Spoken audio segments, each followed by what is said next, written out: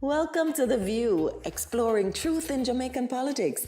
Join us as we dive deep into the heart of Jamaica's political landscape, unpacking the facts, challenging the narratives, and uncovering the truth behind the headlines.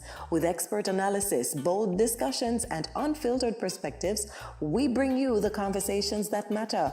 No spin, no bias, just real talk on the issues shaping our nation's future. Stay informed, stay engaged. This is The View, exploring truth.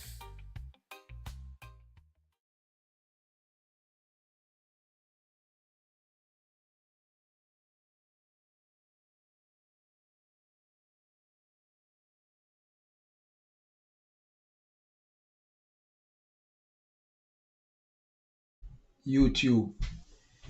Yes. One more time. Welcome to The View, exploring truth in Jamaican politics. Join us as we dive deep into the heart of Jamaica's political landscape, unpacking the facts, challenging the narratives, and uncovering the truth behind the headlines. With expert analysis, bold discussions, and unfiltered perspectives, we bring you the conversations that matter. No spin, no bias, just real talk on the issues shaping our nation's future. Stay informed, stay engaged.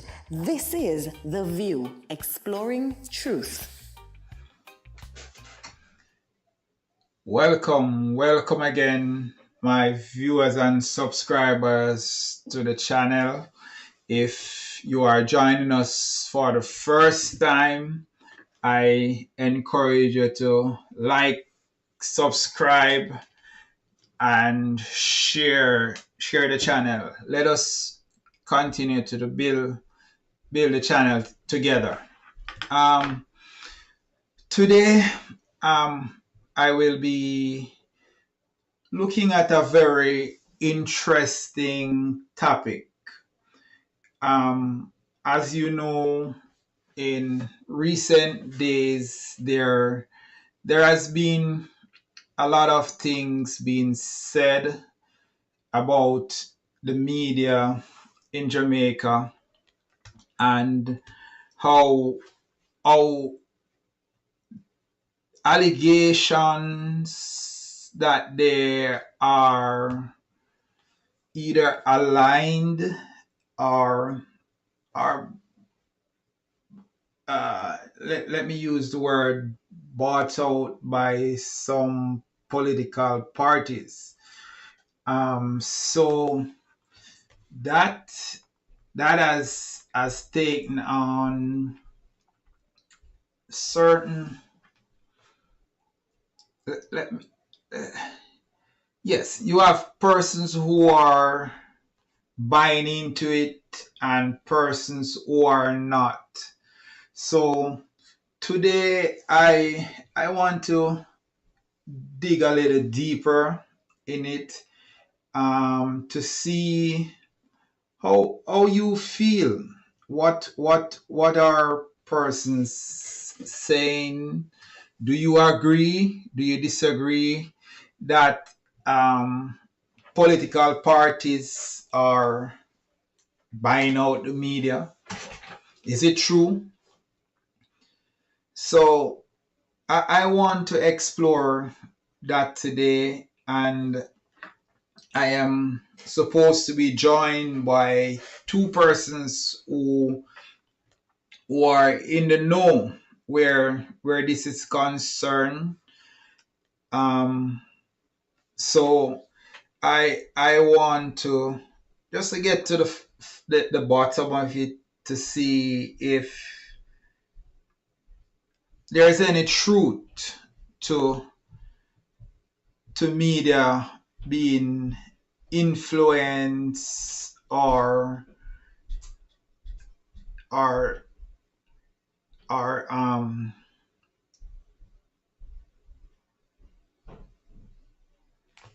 or being bought out by political parties.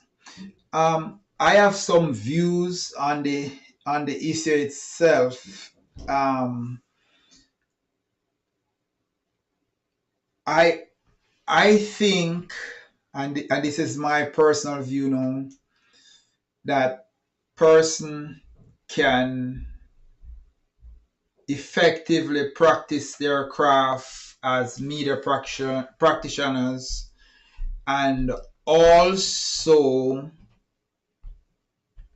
be straight up about whatever political party they choose to support. That's my personal view. Um, what say you? Type it in the chat and let us keep this conversation going. Um, I I don't think I don't think that any political party um, can buy out the media. Journalists work independent of the media. Journalists have integrity. Um, there are places like, especially in the USA, where you will have media houses such as Fox or CNN, sorry, that carries a particular political line, and that is obvious. Um, in Jamaica, I don't see that happening. One of the main thing is that journalism face in Jamaica is that a lot of people tend to mistake news with editorials. So what is the difference? What is the difference between the news and the editorial commentaries? The news the newsrooms are separate from comment commentaries, which is for most part somebody's opinion. So while while while it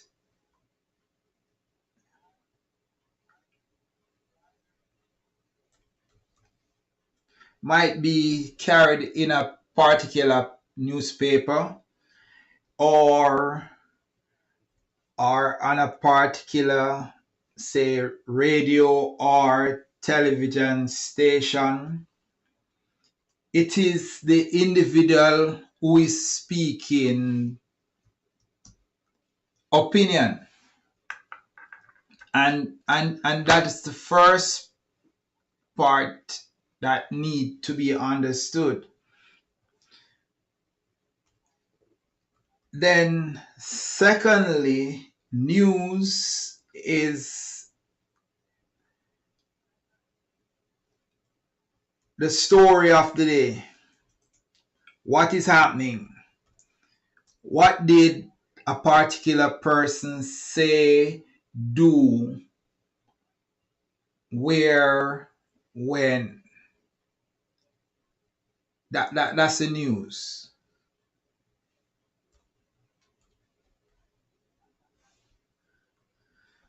So as I was trying to explain here, is that the columns that you see in newspapers, those are commentary. Are they fair? Are they balanced? Sometimes yes, sometimes no. However, whenever somebody is bringing a news story, there has to be a difference. Why? Because that particular journalist will have to do their checks and balances to make sure that whatever they are carrying is checked. So I think one of my guests is joining me now. I'm just want to share, be sure if he can hear me. Um, Yes, are I you can hear you. hearing? Are you hearing me, Dashon? Yes, I am. All right, sounds good. Are you in a position to turn on or turn on your camera? My lighting is not very good, All right, so all right, all right, all right. I can work with it. All right. I'm supposed to be joined by another member of the media. He's running on a little late, but so Dashan, to set up this conversation, I have three clips that I'm going to play. And after I play these three clips, I'm going to introduce you and then we will get into the conversation. All right? Are you hearing me, Dashan? yes. All right. So let's go with this one first.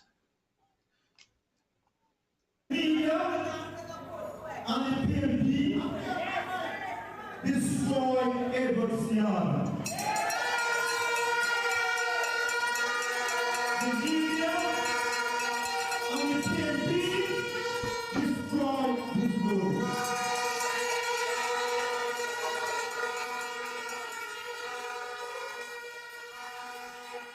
The media and the PNP is their intention to destroy the greatest leader the nation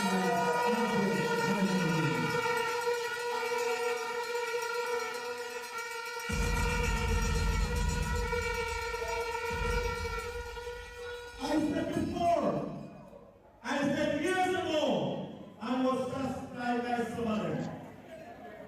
The cleaner public and Asia, their ultimate aim is to destroy unjournalists and intellectual property.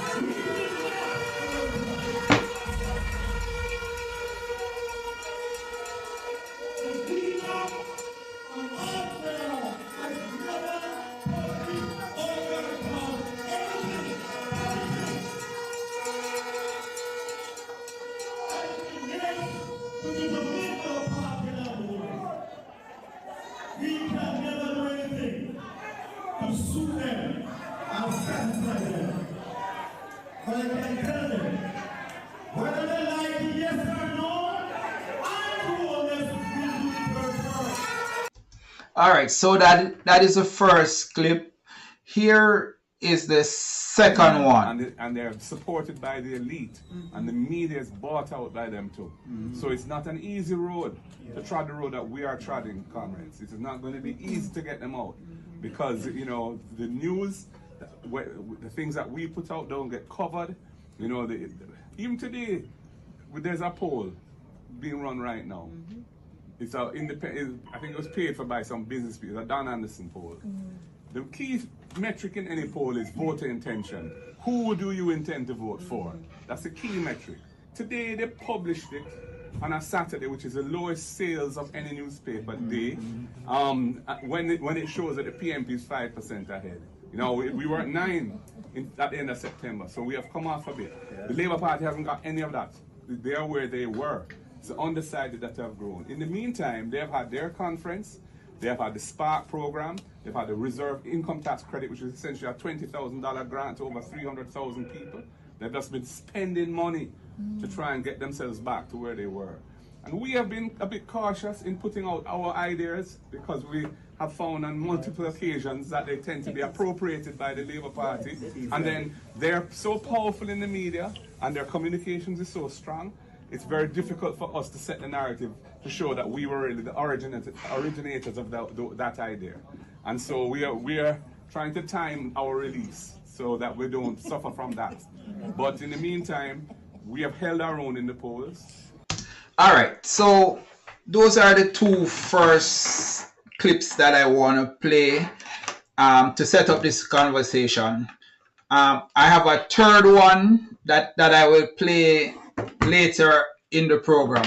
But Dashan, you're the president of the Press Association of Jamaica at this time, right? Yes, yes. All right. Tell me, Dashan.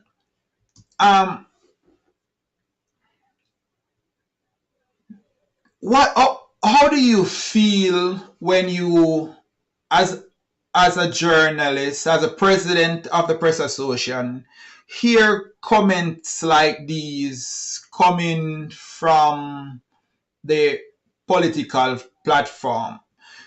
Does this question the integrity of journalists? All right.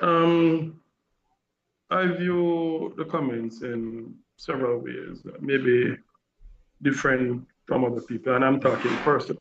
Yes. I expect politicians to be politicians, right? And I expect politicians at any time, anywhere, any place on earth, not just in Jamaica, if media is not carrying their message, then that media is eventually castigated in a way to form some, or to discredit the media in the eyes of the public in some way, shape, or form. And so politicians all over the world have done it. Once they're not towing their line, once they're not carrying a message that aligns with them, once they're not, and it's a damned if you do, damned if you don't, because you hear the opposition leader complaining about the media, and at the same time when complaining about the media being bought out, saying that complaining that the media is not carrying releases from the People's National Party. And so you are in one way complaining that the media is being bought out, but then in that complaint is to saying we want our releases to be carried more. If you discredit the media in the eyes of the public, it is discredited not just for when your message is not carried, but also discredited for when your message is carried as well. Right. So, Dashan, that's a good way to put it. But one of the concerns that I have is when statements like these are coming from the leaders of political party, does it create what I call hostile environment for the journalists who have to go into the field to get the story? Because then the supporters of these parties start to put a label on these practitioners, which in some ways, and I don't have any evidence of anything like this happen, but can it put these practitioners are at risk? Look,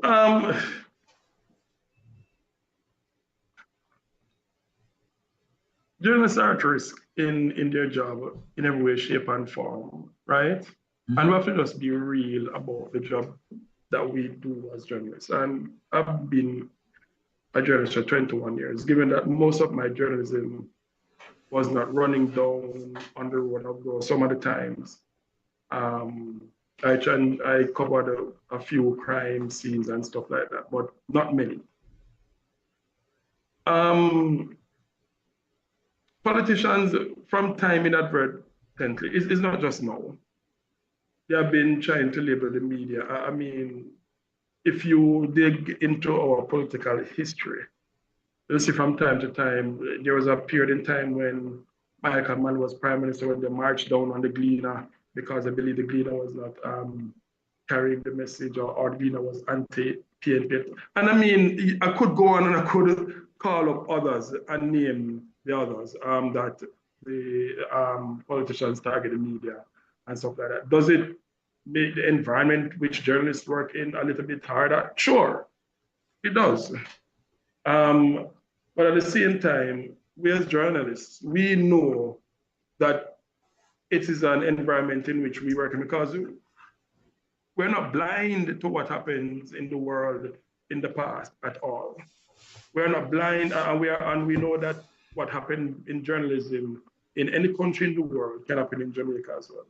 So we know that there is a certain risk that we take in carrying out our job, and we just be a little bit more careful and stuff like that. But to say that it is just it's not just politicians alone. I covered business mostly in my journalism, and I remember doing some stories in which I was threatened as a business journalist more than once. Threatened. You understand what I say? Right. So we understand. We are not. I'm not saying here to say that or to cast what do you call it, short shift. But it is part and parcel of the job. It's just that we don't want to be put in a position whereby it is being made harder than it should be because we know there's a risk in the profession. And any profession, as a matter of fact. Yeah. Dashan, during your time practicing as a journalist, and based on your maybe conversation with other colleagues within your workspace or from other media houses, could you say that at any point in time you would have any suspicion or anything to say any of these allegations has any credibility whatsoever? Which, be more specific with which allegations I'm talking about. In terms of journalists / media houses being bought out or by political parties. I got it. I really don't know how to answer that question in a nice way. But let me try. I worked at 3 media houses: CVM, RJR, the Jamaica Observer. And the perception that I hear outside of the media houses is always different from the reality inside. Right. And that is my experience. And let me tell you why I said that in answering the question. The media landscape is so wide and varied and pushed to be independent. I don't know how any government in Jamaica or any opposition or anybody, I don't know if anybody in Jamaica has so much money to buy out media. And even if people have so much money for buy out media in Jamaica, there will still be pockets and voices that are independent from people who remain with integrity and who cannot be bought. Right. I mean, the media is the guardian of democracy, right? Mm-hmm. It's the position of the media should be protected. I am not in this saying that the media is above criticism, because if we criticize, we hope that we also can be criticized and take criticism too, because we're not perfect, right? Right. But So, Society is set in such a way, 1 second, mhm. in that if anybody buy one, everybody are gonna know. Not no secret in Jamaica. Not no secret. So, And that I agree with totally, Dashan. So then it leads to my next question. What would cause persons to think along that line, and what would they achieve by also carrying that line of argument? What's the objective, in terms of, and this is me asking you to speculate right now, but why would they do something like that? I'm trying to figure out why you're asking me to be a psychologist. I mean, there's absolutely no way I can tell what is in a man's mind. I mean, if you're referencing the clip from Mark Golding in America recently, I see it from my own eyes as being a man telling supporters, possibly donors in America, to continue to funnel money to the party to carry out activities as a lead up to. That's how I saw it, as a lead up to election, which is due by September this year. So he's saying to them, in my view, them buy out the media, them with the 5% behind, I think he was saying, I think so, put in the money, put in the money. But when you're gonna castigate the media and say the media is bought out, you must either come with specific examples of the media being bought out, or in my view, withdraw and retract that statement, because it casts shadow on the credibility of the media if people begin to question whether or not the media is bought out. And that is a danger which the statement puts the media in. And you can't be saying the media is bought out and castigating its credibility and still plead to say the media now bring your own stuff. Right. But so Mark Golding's comment was the latest, but you have persons like the first clip that I played, with Mr. Warmington, who carry that line of argument pretty regularly also.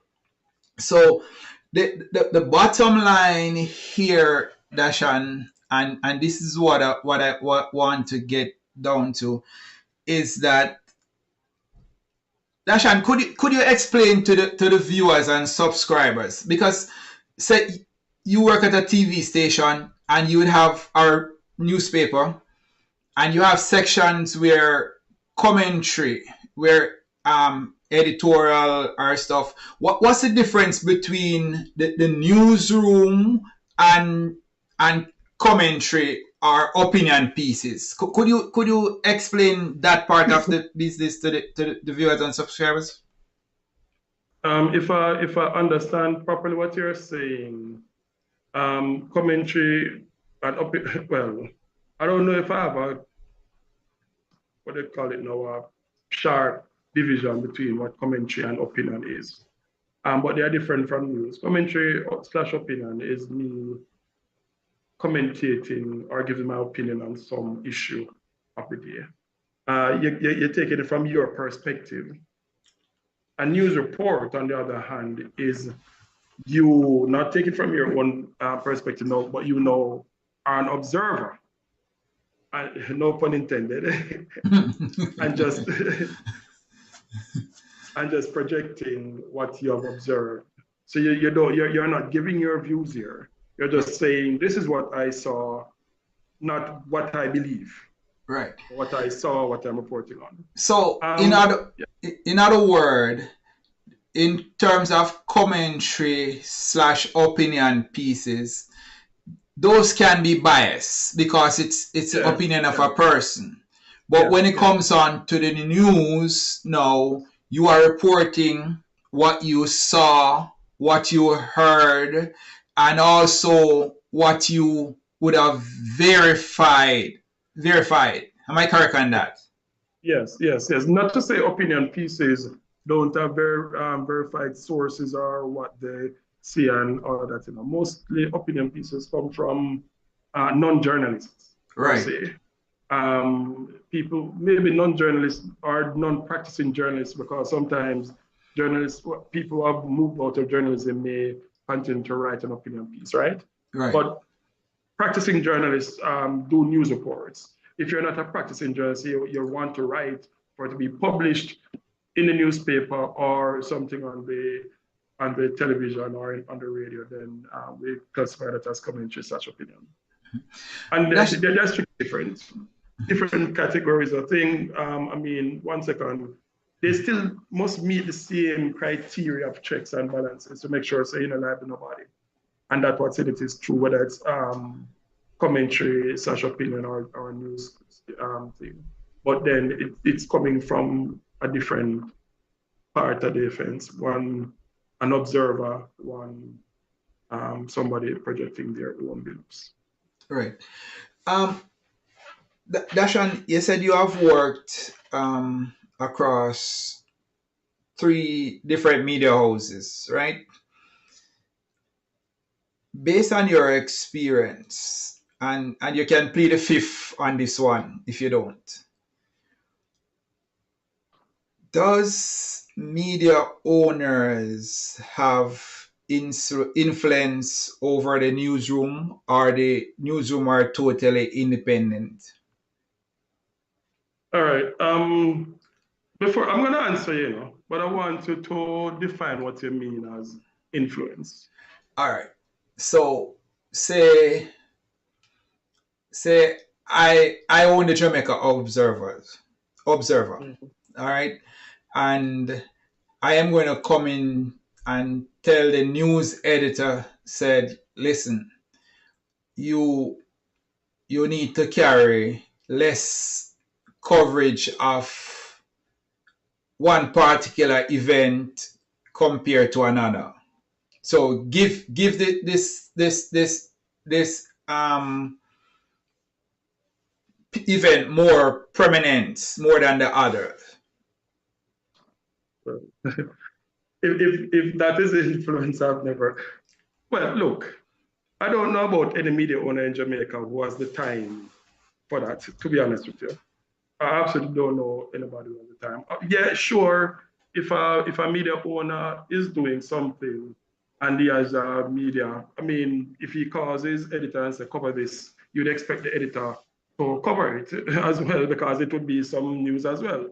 I mean, it's the same way the government owns, or the government operates GISPBCJ. It covered government. You understand what I say? So to expect in any way, shape, or form that an owner would not call and say, cover this or thing like that, it would be foolhardy. And I mean, nowhere in the world, I don't know where that can in a media. Because if you own something, you're going to have a little control over it, right? Yeah. And you're going to have a little control over stuff like that. But if you're talking about controlling editorial policy now, is a different kettle of fish. Right. And in terms of that, no, I've not, and I stand to be corrected by anybody, or maybe I'm naive, but I've not in any way, shape, or form working across CVM, RGR, and now the Jamaica Observer, and have any owner tell me what to write or what not to write. I've never experienced it before. Dashan, you mentioned the JS and PBCJ, and I just want to declare that I used to work for the Jamaica Information Service, and I totally agree. And there are persons who expect that the JIS or the PBCJ should act like independent media houses. They are not. No, they were not set up to be independent media houses. Right. They were set up to bring government propaganda. And No. No, Dashan, retract that word. I take offense to that word. No, let me see if you allow me to finish what I'm saying. All right. All right? Mm-hmm. They were set up to bring government propaganda. And I said that deliberately. Mm-hmm. And I don't mean it the way you mean it, because you take propaganda to be something bad. All right. I never meant it in a bad way. Most people would do. Say that because you would think propaganda, go look up the meaning. All right. I'll take that People homework. use it to be something bad. Mm-hmm. No, man. I mean, it is set up to bring the message of the government if you want to go a different way with it, but it's the same thing. Yeah. And that's what I'm saying. And that's what people need to understand, that the core responsibility of both those organizations is to highlight what the government of the day is doing. So whether it's PNP or JLP, whatever they are doing, the PBCJ and JIS should be bringing that information to the public. If you ask me, I think they should be doing more and stuff. They should be going into the communities and putting up screens and stuff and showing it to people. I have absolutely no qualms of what the JIS/PBCJ doesn't doing, what both of them do. Right. Because they're carrying out their mandate. That's what they were set up for. Right. And the private media was never given government the space. Plus, government also needs to control its own message and push it out. So they're doing their job. So I don't have any qualms about what they do. The different markets, so don't think I have any qualms about what they do. They're doing what they are set up to do. Yes. So Dashan, what I want to, and I'm wrapping up on this now, is before I go there, let me play another clip here, and then I get your comment. And to the staff of OPM that you have chosen to be here with us.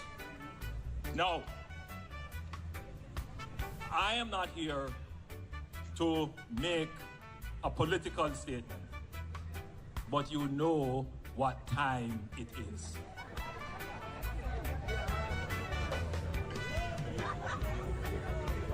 And therefore, it would be sufficient for me to say that the media is absolutely important to our democracy. And it is important for politicians and political organizations to not only speak with respect to the media, but to do everything that they do with respect for the media. And so my administration and my government and the political party that I lead, we have made that commitment. All right, so I'll cut it there. So, what's your comment, Dashan, to what the Prime Minister just said? Well, that was taken from the media appreciation, I believe, on Tuesday gone. Yes. And he was addressing media people in that appreciation and giving, outlining his administration's policy, official policy, I should say, towards the media, because, and I said official policy deliberately, because you play the Warmington video, and I mean, the difference between Mark Golding here, the clip that you played, and the one with the Prime Minister, is they're taking different approaches towards media. I mean, in the past, the Prime Minister has also been at the media's throat and stuff like that. So it is not, he's not absolved to say, because I'm saying this now. He has gone after the media in the past, as well as Mark Gordon as well. So, and that is why I said that even hearing the Prime Minister outlining that official policy, I take it in the spirit that it was being addressed to journalists at a media appreciation, given that I know that in the past, they have gone after the media and believe and expect that in the future, if anything should be happening in a media space, which they believe is not in alignment with their message, that they'll go after the media. Maybe you don't see the Prime Minister doing it, but you're going to have your attack dogs, right? And maybe you don't see the opposite, but you're going to have your attack dogs who are going to do the work in the background to try to ensure that you can say, my hands are clean. And somebody who you can say, who knows that they will get some blame, but they're not mind to take the blame because they have a mission.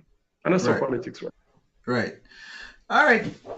When I listened to the clip, though, Dashan, I must tell you, I think it was refreshing. It comes at a time when that message need to be told, that persons, political parties must respect the media, because the media has a job which they are carrying out, and sometimes it might not be in your favor and stuff. Sometimes it is, but I think journalists has a responsibility to do their job and to do it fairly. And if there are questions to be asked, then those questions must be asked. And whoever at the time need to provide those answers, I think they need to make themselves available to answer the necessary questions. Now, if they don't make themselves available, then you can say, "Oh, you're not bringing our stories." So, I think it was refreshing. But as you rightly said, that from an official point of view, yes, because persons in his party would have made comments towards the media previously. All right, so to wrap the conversation, Dashan, what would you say to members of the community that you represent, in terms of all that is happening in the environment now and stuff, especially the younger persons who are coming in and have to cover stories, especially in a political era that we are in now? What advice would you give to those persons? The good thing about the younger persons is that few people know them, right? It's the older ones are the people that know more, right?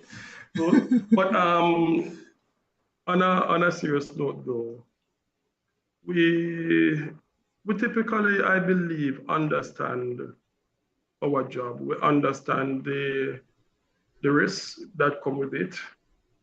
We're not stupid.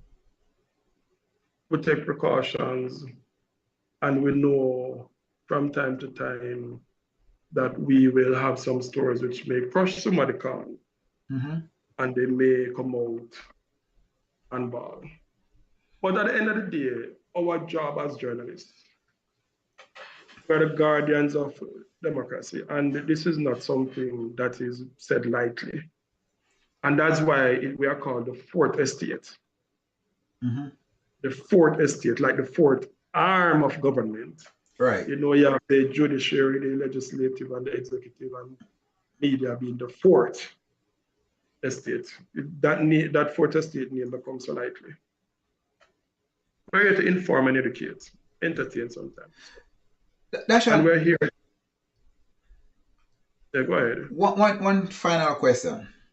Do you think that somebody could be a professional practicing your craft as a journalist while declare whichever political party you favored at any point in time, do you think that affect the person's integrity in terms of how he covers a story?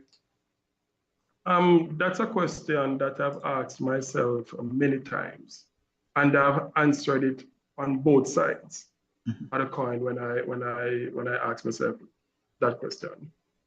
And you tend to believe that people may lean one way or the other in terms of what they cover and stuff. But in a society like Jamaica, we have never had openly a journalist or somebody like that declaring that I am a supporter of one party or the other, right? Would it impact how people see your reports? Certainly it would, because then you would have two ways. Other people are going to say you're well biased towards the party there, so you do everything will look favorable to them, and do everything will look unfavorable to the other. Or they may say, when we are seeing you through your political lens now, we understand that you're not hiding.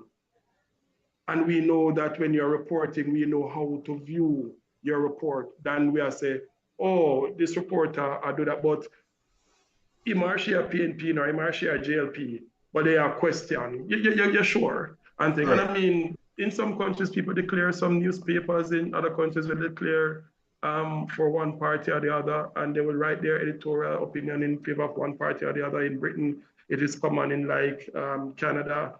In America, everybody knows like the Fox News is more aligned Republican, but in Jamaica, we don't have that strict alignment with media and the political parties. And I mean, as to if somebody coming out and saying they are a member of the PNP, a member of the JP, if it impacts how people view you, I really don't know how to view it. As I said, I've thought about it on both sides as being good and being bad. All right. Dashan Hendricks is president of the Press Association of Jamaica. Dashan, I want to thank you for your time. Thank you for joining me today for this conversation. And I hope and pray that you and your members will continue to do your job fearlessly, bring balanced stories to your audience, both in Jamaica and in the diaspora. Dashan, thank you so much. Yeah, man, take care. All right. So, viewers and subscribers, there you have it. Journalists are being attacked. Media houses are being labeled, but from my perspective, most of the times, if you dig down into it, there's not necessarily any truth to the label. And I'm not saying that you might not have persons who used to practice or whatever that are members of political parties, or even if the persons are still practicing are members of the political parties. Once the stories are balanced, I think that they have a right to bring balanced stories. If any party at a particular time don't make themselves available to journalists or media houses to tell their story, then the media house cannot be held responsible for not bringing their story. So let me hear what you think. As I said, please like the channel, help me to build this channel, like, subscribe, and share. Until then, I am Anthony Fisher, signing out for another week. So see you again next Sunday here on The View as we explore truth. Thank you so much.